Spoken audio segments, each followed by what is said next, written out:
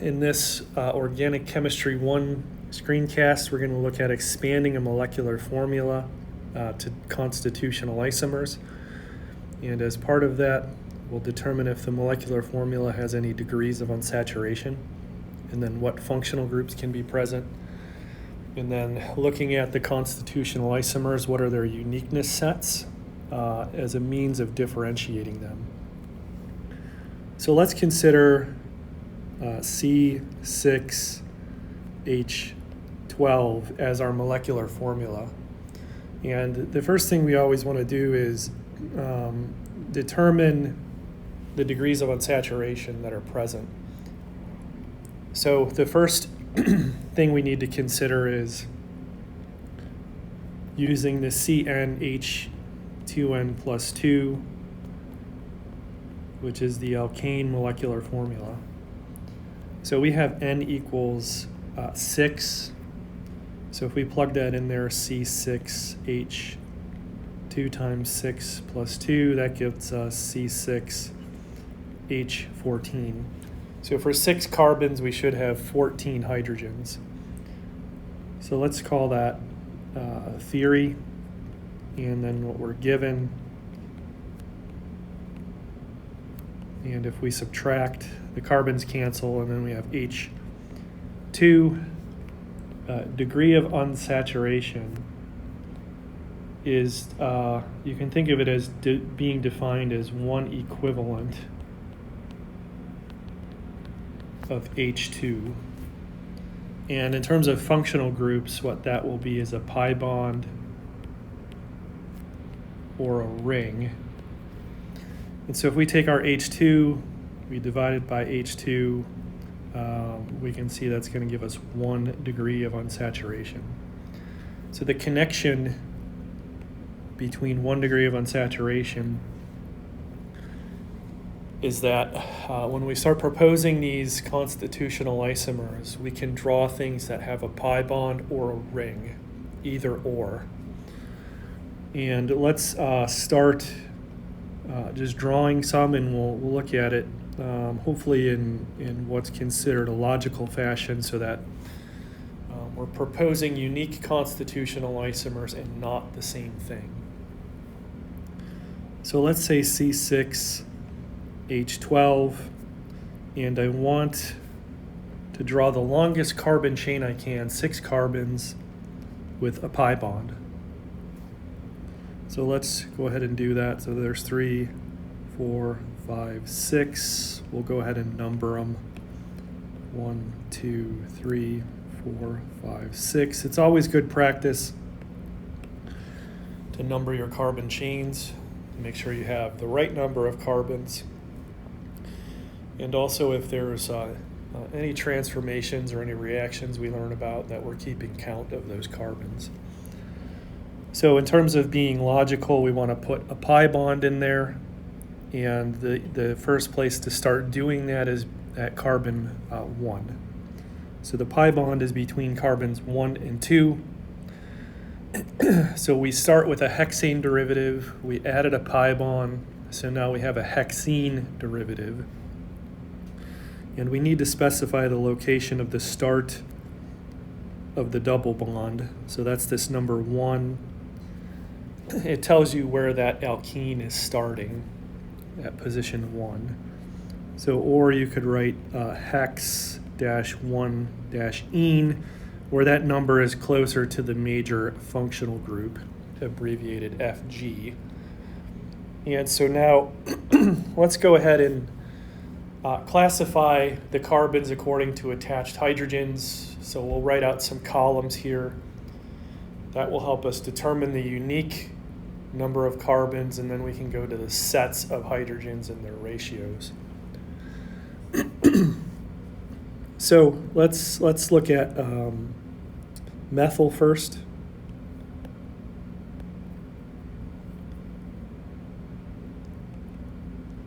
So methyl is CH3. Methylene, or CH2 groups. Methine, or CH groups. And no hydrogens, are just C. So there's the words, the attached hydrogens, and then in the third column, we'll put the total number. So whatever we end up with, the sum should be 6, and then we'll determine the uniqueness. So let's do some color coding here. We'll make these a red dot, methylene's a blue dot, methine's a green dot, and no hydrogen's a yellow dot. So we're scanning the carbon chain. We see that carbon 6. That's a methyl group, so we had 1. Now we're going to scan again, do the methylene CH2. We can see carbon 1 has 2 hydrogens. 3, 4, and 5. So that gets us 4. Now the green methine carbon 2 has 1. So put a 1 there. That gets us 6, so the last one is 0. So that's the first step in the process. So let's just put total. That's the total number of carbons. Now, the next step is we want to determine if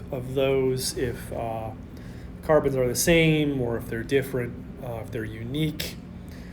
Essentially, what it can only do is if it's 1, it has to stay 1.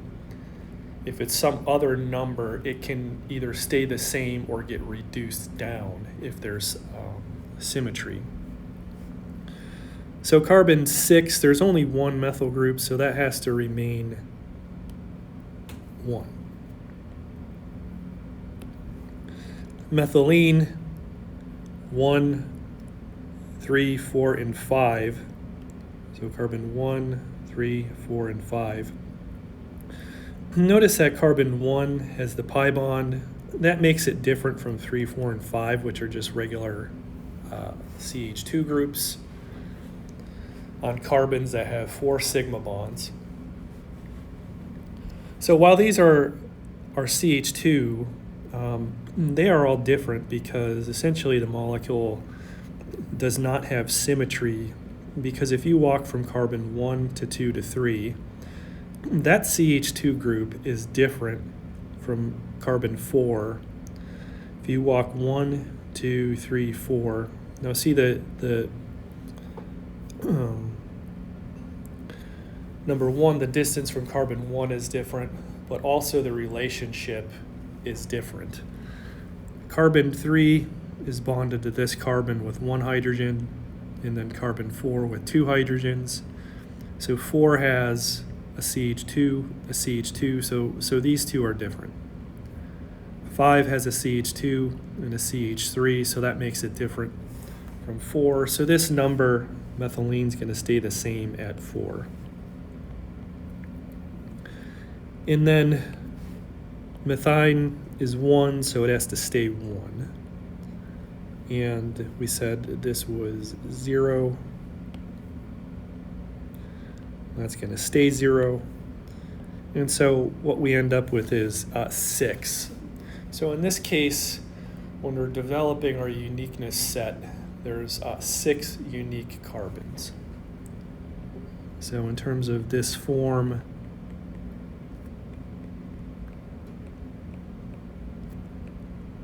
we have 6 unique carbons. Now let's determine the unique sets of hydrogen. In this case, it will be the same number, 6, because there's no symmetry element. And additionally down here, we have 0 carbons that have no attached hydrogens. So the number of unique H sets can actually be more than the carbon number. And again, that's due to the relationships of the attached hydrogens to those carbons. And then we have to consider, especially for this case, between carbons 1 and 2, we have this pi bond. remember we have relationships about the pi bond, which we called cis and trans. So let's go through these. Carbon 1 has 2 hydrogens. Carbon 2 has 1 hydrogens. Carbons 3, 4, and 5 each have 2 hydrogens. We said that those were different. And then carbon 6 has 3 hydrogens. So all of those attached hydrogens to those carbons are a unique set. However, on carbon 1, let's go ahead and draw those hydrogens out. So we're basically at 6 unique sets, but carbon 1, in relation to the hydrogen on carbon 2, these hydrogens on carbon 1, even though they're both attached to that same carbon, have a different relationship to the hydrogen on carbon 2. This hydrogen is on the same side, so we would call that cis. This hydrogen is on the opposite side, so we would call that trans.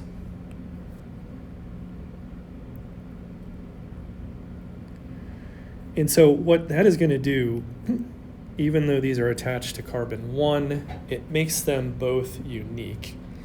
So rather than having 6 sets, we're going to have 7 sets for this because of this cis and trans geometrical isomerism.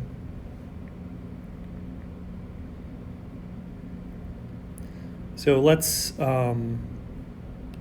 make another column in our table here. So we said this was C13. We'll say this is 1H, unique sets.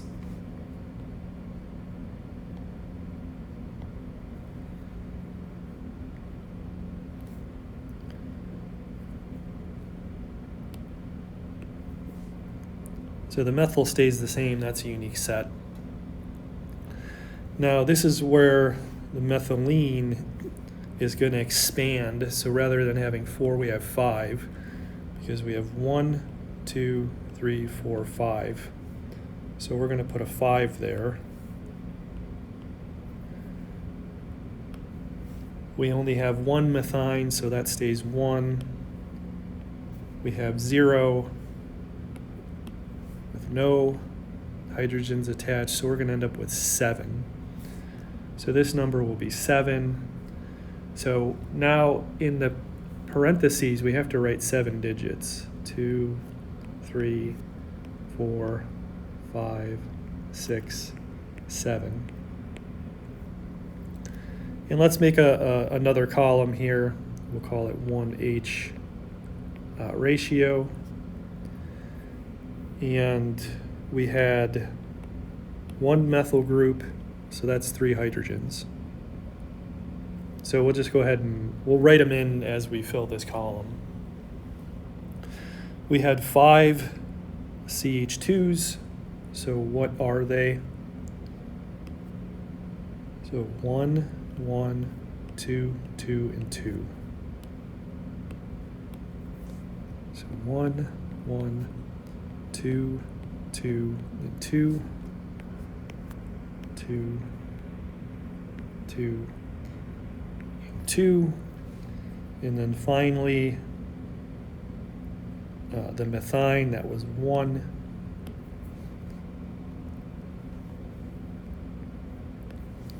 We put a 0 here.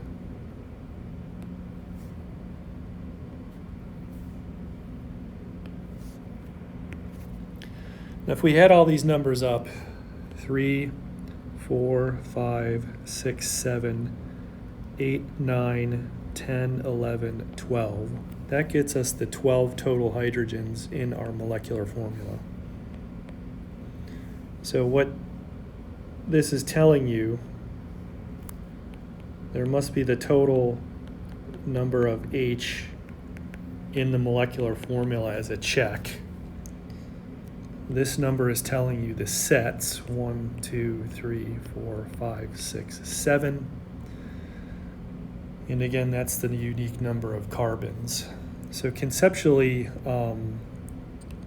the point of this exercise is not only to help you expand out a molecular formula based on degrees of unsaturation, draw the constitutional isomer, but conceptually what this is telling you is what the carbon NMR and the proton NMR should look like. So this was C6H12 with a pi bond, but we can also draw a constitutional isomer where we have C6H12 as a ring. So let's go ahead and do that.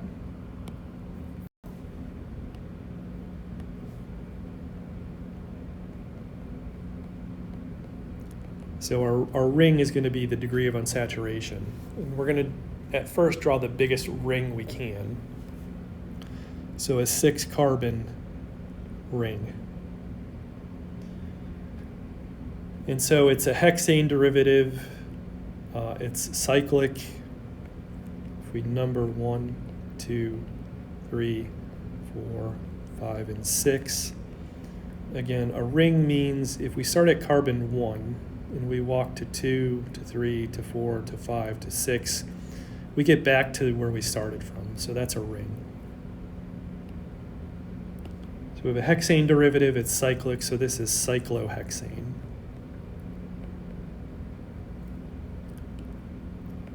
And we'll do the same exercise. Methyl CH3, methylene CH2, methine CH, no H's, C. So we'll use our coloring system. Red for the methyls, blue for the methylenes, green for the methines, and yellow for the no attached. And so let's go ahead and count them. When we look at it, there's no methyl groups, so this will be 0. So again, this column is total of all of them. So the number here must equal 6. Methylene, carbon 1 is a CH2, carbon 2 is a CH2, and basically we find that going around the ring, they're all CH2 groups. So this is 6, therefore we have accounted for 6, so this is 0, and this is 0.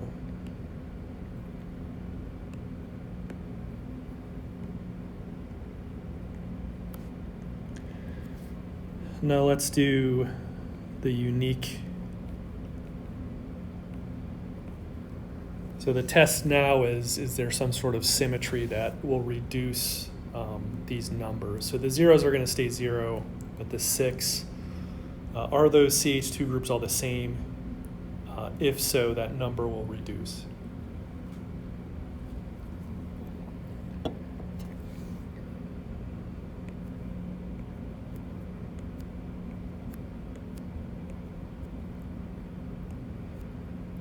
So Wayne, what we want to think about is symmetry. And two elements of symmetry that we'll use in this class quite a bit are a mirror plane or an axis. A mirror plane you're used to thinking about. You look in the bathroom mirror, you see your reflection. An axis is when you put say a rod through an object and you rotate it. When you rotate it, is it still the same object or is it different? So if we're considering a mirror plane, we can see that if we draw a mirror plane between carbon 1 and 4, 1 will split it. 1 and 4 will split themselves in half, and half will mirror the other half. 2 will mirror 6, 3 will mirror 5. And you can find you can do that through 2 to 5, 3 to 6. Alternatively, if you consider putting a rod in the center of this molecule and rotating it, say we're going to rotate it clockwise. If you rotate it in increments, carbon 1 becomes carbon 2, 2 becomes 3, 3 becomes 4, etc. And when you do that, you end up with the same molecule. So what that's telling us is that this number 6, these CH2 groups, are all going to be equivalent. So this number is going to go from 6 to 1.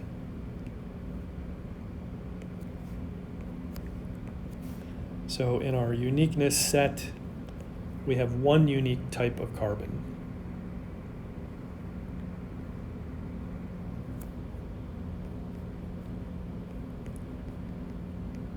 In our hydrogen uniqueness, again, 0, 0, 0. Because we only have one unique type of carbon, we're going to have only one unique set of hydrogens here. And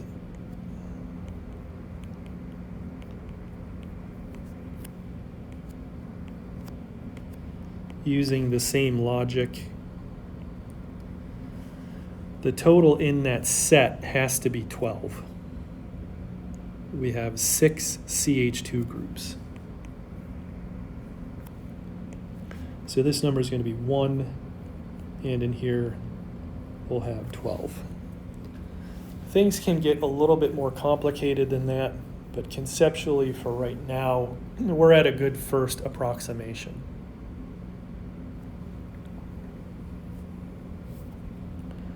So our total here is 12. And again, that's what we observe in the molecular formula. And to recap what we've done so far, we've proposed 2 constitutional isomers of C6H12, where we've used C as the longest. So in terms of a pi bond, we made 1 hexene, so we have the longest carbon chain we can. We put the pi bond at position 1.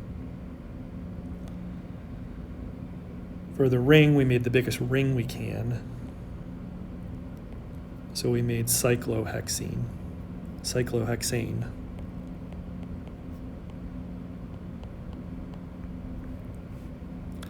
So again, the ENE, that tells you it's a pi bond. The cyclo tells you it's a ring. That's the 1 degree of unsaturation. And then the uniqueness test, we were able to differentiate these two from one another. And so here we said there were 6 unique carbons, 7 unique sets of hydrogen with 3, 2, 2, 2, 1, 1, and 1. For cyclohexane, we said there was 1 in a ratio of 12. And so if we were given some C13 or 1H NMR data, we could then look at that visually, count the signals, and say, okay, it's this or that.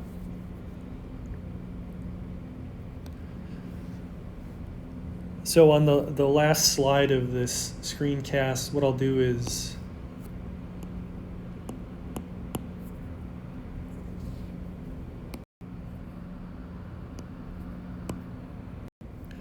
so on this slide, we'll take our C6H12. So we've already drawn the largest ring we can with 6 carbons, but there's also a couple more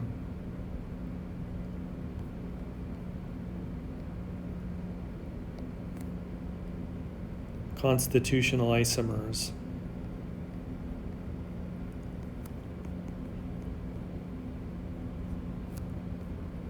with pi bonds that have the longest carbon chain is 6. So I'll draw some of those, and then I'll leave it to you as the viewer to determine the attached hydrogens and then the uniqueness sets. So we started with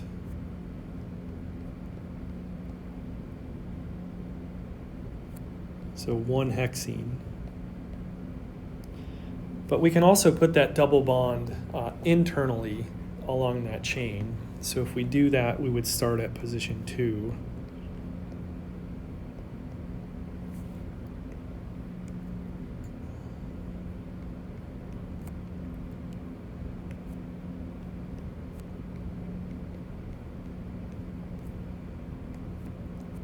So we could draw it from 2 to 3. The other thing to consider, though, is now, because the double bond is internal, we have this issue of geometrical isomers. So carbons 2 and 3 belong to the alkene. They have these carbon substituents at 1 and 4. 1 is a methyl group. Everything over here, that's 3 carbons, that's a propyl group. Because they're different, we have to specify the geometry about the double bond. Because they are on opposite sides of that double bond, this would be called trans 2 hexene. If we drew them on the same side,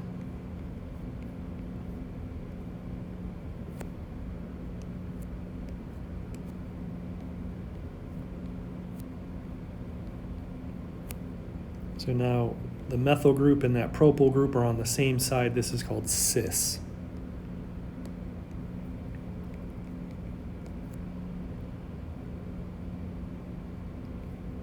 Two hexene.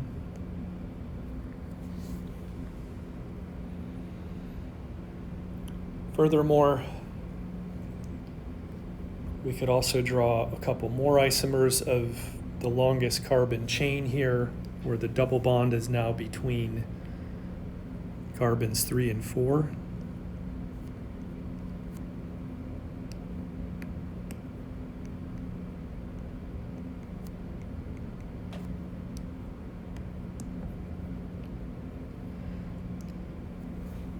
So that's going to be a 3-hexene derivative. We see that the groups attached to the alkenes are on opposite sides. And so this would be trans 3-hexene.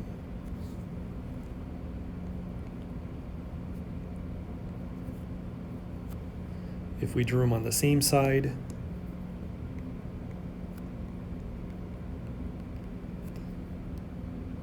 this would be cis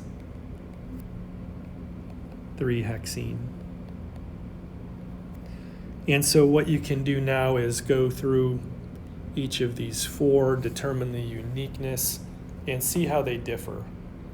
That uniqueness set is really what's going to help you determine, when you're looking at a piece of data, what that data is telling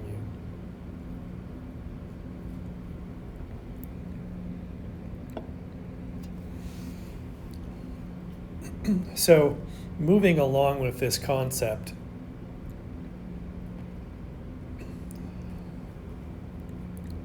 we've taken the carbon 6 with the longest linear chain, the longest ring. What if we want to now consider isomers where the longest chain or ring size is different? And so to do that, we're going to knock down to the C5, which leaves us 1 carbon we then have to go back and add in somewhere.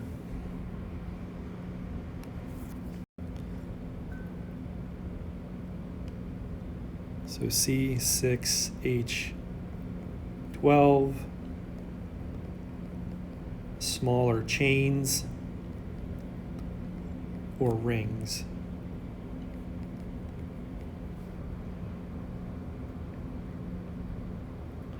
So I'll do an example of both.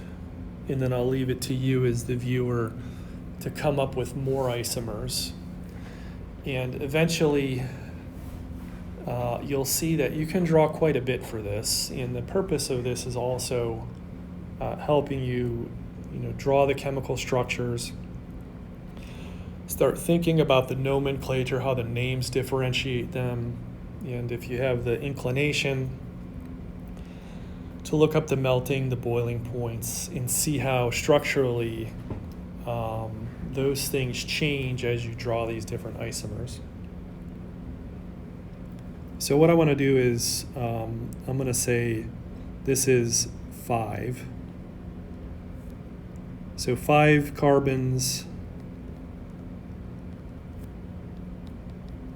linear in a chain, and then this is with the pi bond.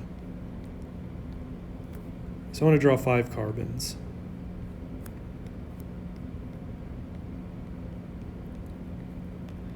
So to meet the requirement of that molecular formula, we have to draw a pi bond and then one more carbon. So the logical thing to do, just put the pi bond in between 1 and 2. Then we have that other carbon. So when in this exercise, we never want to add to the terminal positions, the 1 or the 5, because that's just going to make the higher up isomers we already made. So we have 1 carbon, we're going to add it to position 2. And so now we have a pentane derivative. It has an alkene, so it's a pentene derivative. At the 2 position, we have a substituent. It's 1 carbon, so it's called methyl. So as we create our name, this would be called 2-methyl-1-pentene.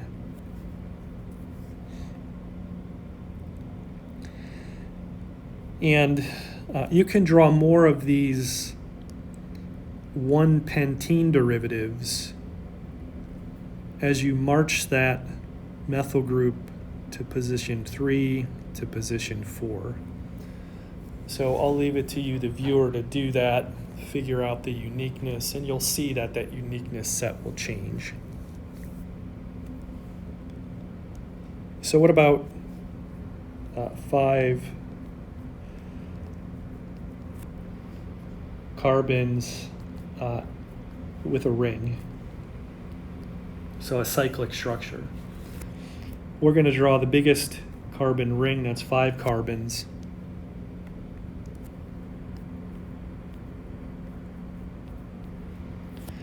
And now what we have left to do is put in that last carbon. So we have a cyclopentane derivative. We can see that there's symmetry in the molecule, so it doesn't matter which of those carbons we add it to. So we put it there. So we've gone from cyclopentane to methyl cyclopentane. And of this one, there's no other derivatives we can make. It doesn't matter where you put the methyl group, you're still going to only end up drawing that. However, again, for this one, there will still be other derivatives you can draw as you move that methyl group around. So as practice, I would say look at now 4 carbons, linear. So that's going to have your pi bond. So once you do that, then you have 2 carbons to go and put back in. 4 carbons with a ring. So that's going to be now cyclobutane derivatives. And you have 2 carbons to put back in. Now for this one, you'll be able to draw more than one constitutional isomer, because you can put those 2 carbons on the same carbon or different carbons. And then, when you're determining the uniqueness set, look for symmetry, either the mirror plane or the axis. So this is a good type of problem to get you drawing the structures, thinking about naming, classifying carbons according to total attached hydrogens, then looking at the uniqueness, looking at the ratios, and then with things like alkenes as their cis or trans geometry.